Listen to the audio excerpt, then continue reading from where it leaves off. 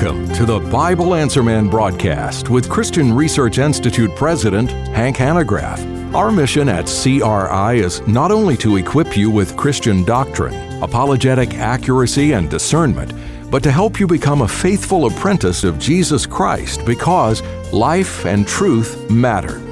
If you'd like to know more about CRI and the Bible Answer Man broadcast, call 888-7000-CRI, 888-7000-CRI, or go to our website at equip.org.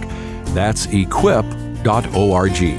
The following program was pre-recorded. And now, here's Hank Hanegraaff. Thank you very much, Randy. I want to start this broadcast by reading a letter that touched me deeply. It says, "Dear Hank, I know I'm asking a lot of you, but could you please help me with a dilemma I'm facing? I recently viewed a History Channel program on the Bible. It was titled Bible Secrets Lost in Translation. Anyway, the program discusses the fact that the four main books of the Bible were not actually written by the disciples of Christ. These books were written long after Jesus had ascended into heaven and subsequent to the death of the four named authors. So, the individuals who wrote these accounts can't be the visual sources as claimed of the events written in the Gospels. The program points out that these books were probably written by individuals who wanted to gain credibility or authority for their writings by using the names of Matthew, Mark, Luke, and John. I came away very depressed after watching this program. Combined with the knowledge that our New Testament was formulated in 325 AD by the Council of Nicaea, I'm now having a crisis of faith. I don't want to be a doubting Thomas. I want my faith back. Obviously, I can't hide this from my Lord and Savior, Jesus Christ, and I do believe that God is the prime mover and source of all things created, but how do I resolve this doubt? Please help." And this is the kind of thing that many people are facing today. In other words, it's emblematic of that which is a systemic problem in our culture. Our faith is under attack.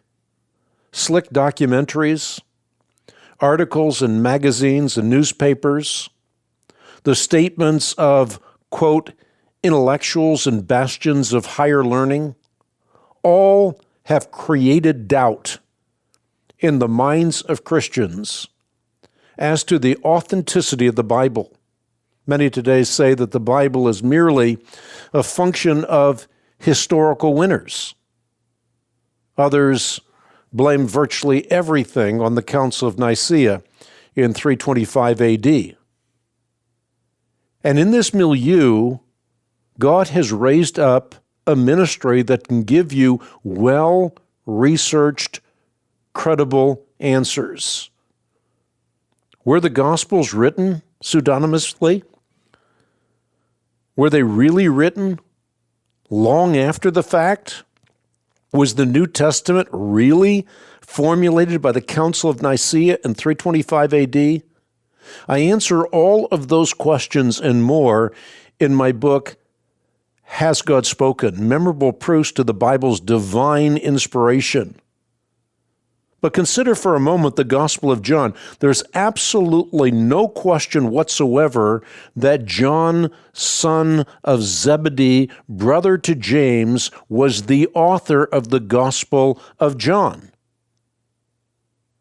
And virtually all ancient external evidence points to that reality.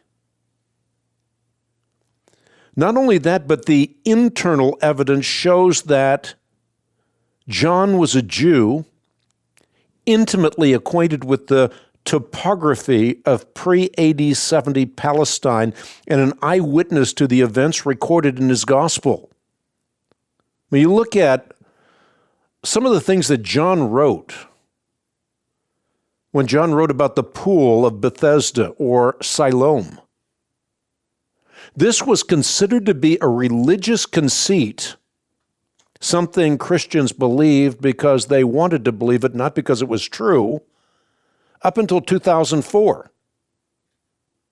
But then the archaeologist Spade uncovered details, particulars in this regard, which absolutely demonstrate what I just said. This was written by a Jew intimately acquainted with the topography of pre-AD 70 Palestine. And of course, what can be said with respect to the dating of John can likewise be said of Matthew, Mark, and Luke. Dr. Luke recorded the Acts of the Apostles as well as his gospel narrative while Paul was still under house arrest in Rome. And of course, Paul was martyred under Nero in the mid-60s.